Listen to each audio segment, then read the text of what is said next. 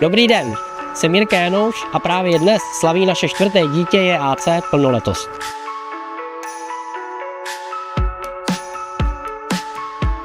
Před 18 lety jsme s manželkou Alenkou měli sklad v garáži, kancelář obýváků a nulový kapitál.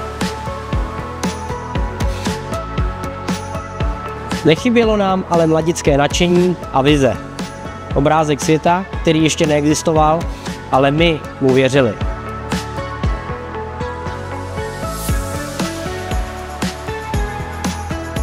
Vizi vybudovat moderní českou společnost plnou fajn lidí s vlastním areálem, pobočkami a hlavně skvělými službami pro vás, naše zákazníky.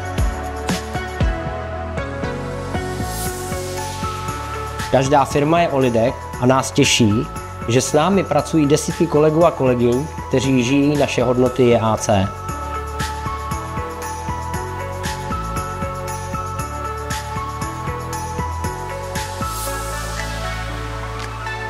Vytváříme bezpečnější pracoviště v průmyslu a logistice v Česku, na Slovensku, Německu nebo Rakousku. Ať už bezpečnostním značením, revitalizací průmyslových podlah nebo dopravním značením areálu.